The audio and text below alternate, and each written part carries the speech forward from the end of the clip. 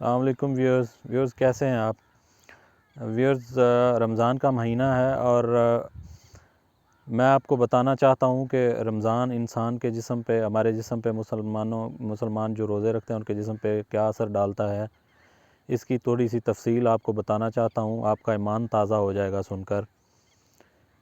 Japan کے ایک بیالوجسٹ تھے، ان کو 2016 میں نوبل پرائز دیا گیا، اور جب ان کو پوچھا کہ آپ کو یہ کس بنیاد پر دیا گیا ہے، تو انہوں نے کہا کہ میں نے کینسر کی ایک دوائی جو ہے وہ ایجاد کی ہے.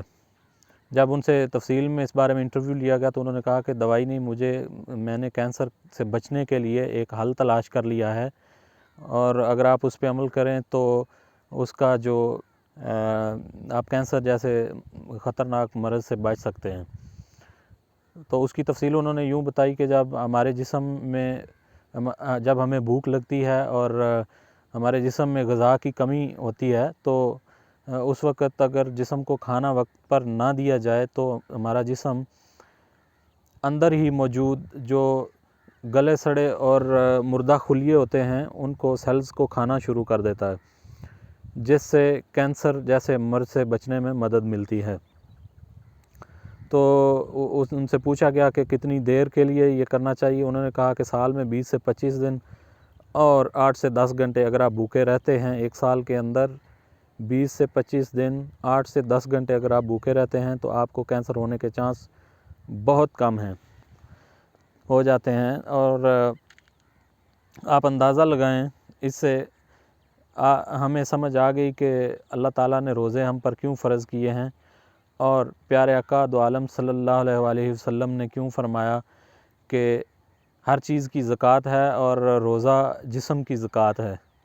تو یہ زکوٰۃ جب آپ روزہ رکھتے ہیں تو آپ کے جسم سے نکل جاتی ہے. آپ کا جسم، ہمارا جسم جب ہم بھوکے رہتے ہیں اور سب کچھ سامنے ہوتے ہوئے بھی نہیں کھاتے، تو اس سے وہ جو مردہ سیل جو کینسر ہونے کا باعث بنتے ہیں، ہمارا جسم اس کو کھا جاتا ہے، جس کی وجہ سے کینسر ہونے کے چانس بہت زیادہ کم ہو جاتے ہیں.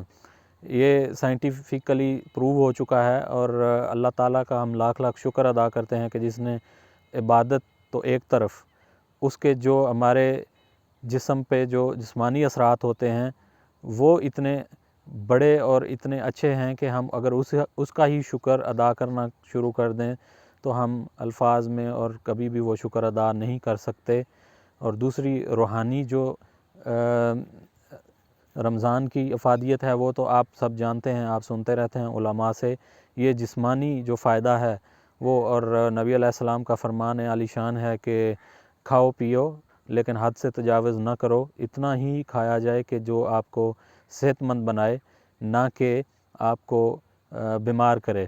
اور باقی دنوں میں جب ہم ضرورت سے زیادہ کھاتے ہیں تو وہ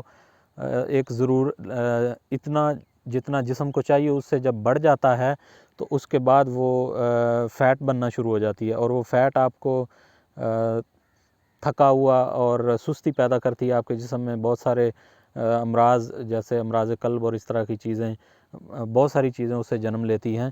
تو اس کا سب سے بہترین حل اور انتہائی شاندار حل جو ہے بہت سارے مسائل کا، وہ یہی ہے کہ آپ نبی علیہ السلام کی جو سیرت ہے اور سرکار کا جو فرمان ہے کہ آپ پیٹ بھر کر کبھی بھی مت کھائیں، تو یہ ایسے ہی نہیں ہے بات. یہ سائنس سے بھی آج کل پروو ہو چکی ہے. رمضان میں روزے رکھیں، میرے لیے دعا کریں، اپنے لیے کریں، اور رمضان کی روحانی برکتیں تو ملتی ہی ملتی ہیں. اللہ تعالیٰ کا وعدہ ہے کہ روزہ میرے لیے ہے اور میں ہی اس کی جزا دوں گا. اس کی جزا کہیں ذکر ہوئی نہیں. اللہ تعالیٰ نے یہ چیز اپنے پاس رکھی ہوئی ہے اور فرمایا کہ روزہ میرے لیے ہے اور میں ہی اس کی جزا دوں گا. اس سے آپ کو اندازہ ہو گیا، ہمیں اندازہ ہو گیا ہے کہ یہ کتنی بڑی سعادت اور کتنی بڑی جو چیز ہے، اور اس کا انعام بھی اسی کے شایان شان ہوگا جس نے اس کا وعدہ کیا ہے. جتنا وہ خود بڑا ہے، انعام بھی اتنا بڑا ہوگا. وہ ہے ایک روحانی فائدہ، اور جسمانی فائدہ جو ہمیں اس دنیا میں ہو رہا ہے وہ میں نے آپ سے عرض کیا ہے. کینسر جیسے انتہائی خطرناک مرض جو ہے اس سے بچنے کا یہ طریقہ ہے کہ اللہ تعالیٰ آپ سب کو محفوظ رکھے اور آپ سب روزے رکھیں اور اپنے لیے بھی دعا کریں اور میرے لیے بھی دعا کریں۔ اللہ حافظ۔